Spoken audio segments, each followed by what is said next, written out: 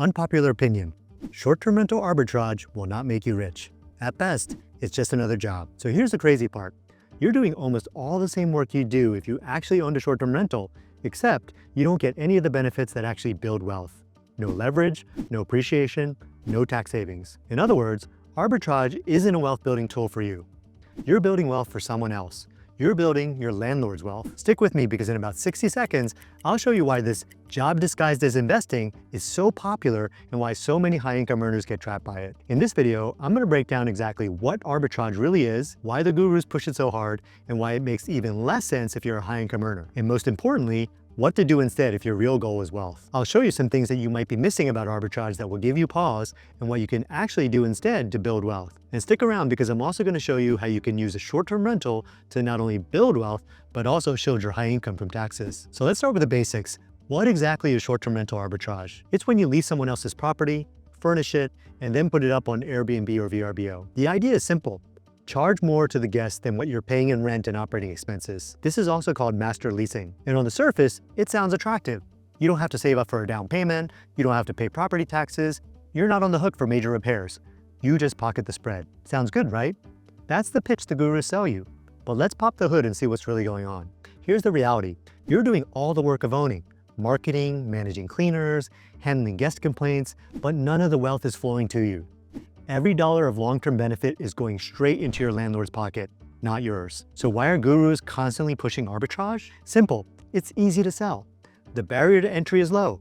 No down payment, no mortgage, no credit requirements. You can get started fast, earn some cash, and at first, it feels like you made it.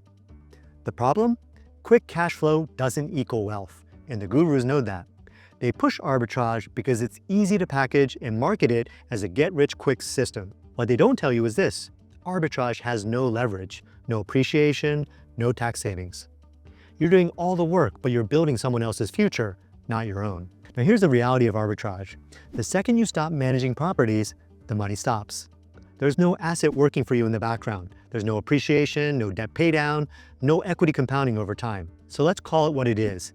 Not freedom, not wealth, just another job. And let's be clear, it's not a good one. Because every ounce of energy you pour into that rental is fueling your landlord's wealth while you have nothing long-term to show for it. This is exactly what the book Rich Dad, Poor Dad discusses. Wealth isn't about just earning more, it's about adding more to your asset column. Arbitrage doesn't touch your asset column. It gives you income today, but nothing tomorrow. Ownership does the opposite. It grows your asset base every single month through appreciation, mortgage paydown, and tax benefits. That's why arbitrage will never make you rich. Now let's talk directly to you, high-income earners, doctors, lawyers, business owners. Arbitrage makes even less sense for you. Here's why. Number one, you're trading down in jobs. If you're making $300,000, $500,000, or even $1 million a year, why would you trade that for what's essentially a low-paying, time-sucking side hustle?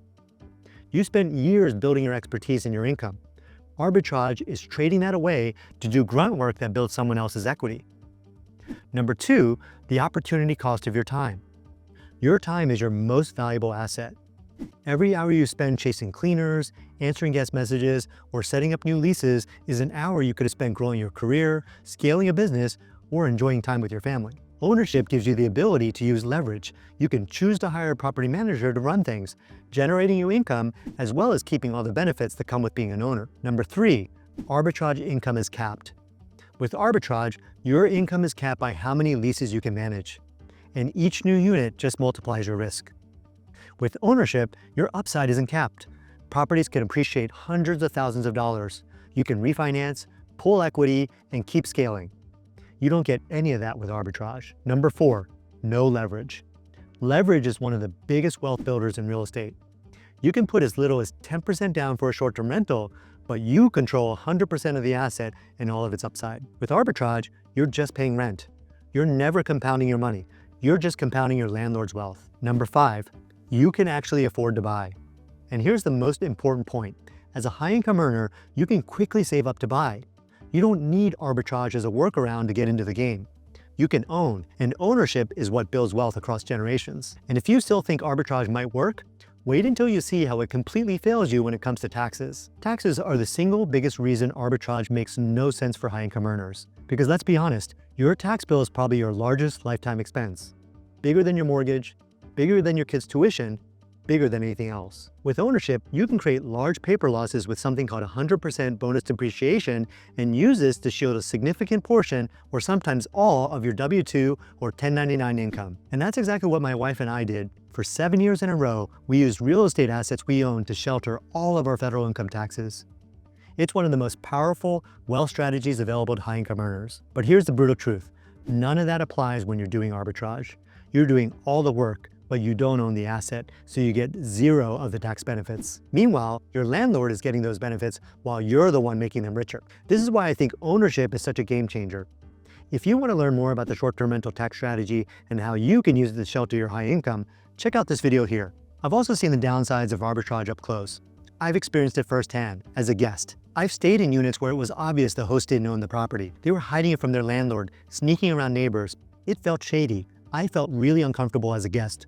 That's not the kind of business you want to run. And I've seen people lose tens of thousands overnight when they lease units without landlord permission, only to get shut down once they were discovered. Imagine investing thousands in furniture and setup, building up reviews, and then losing it all because you didn't own the asset. That risk is always hanging over you with arbitrage. Even if you do get permission, what happens when the lease comes up for renewal?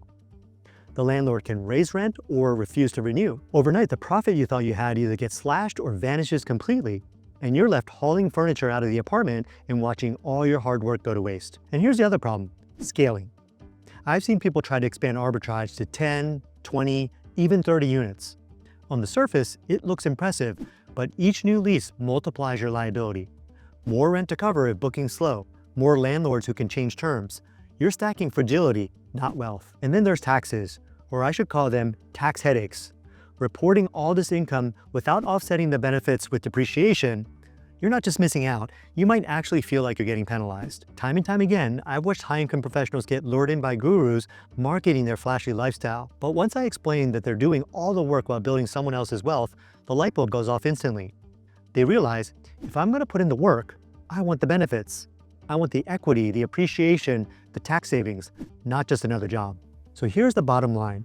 If you're just looking for a side hustle to make a little extra cash, arbitrage might work. But if your real goal is wealth, freedom, and financial security, arbitrage will never get you there, because every ounce of effort you put in is building wealth for someone else. If you're a high-income earner who wants to actually build wealth with real estate, not just create another job, check out our resources at Semi-Retired MD. We've helped thousands of professionals buy real estate the right way, and we'd love to help you do the same. Thanks for watching, and I'll see you in the next one.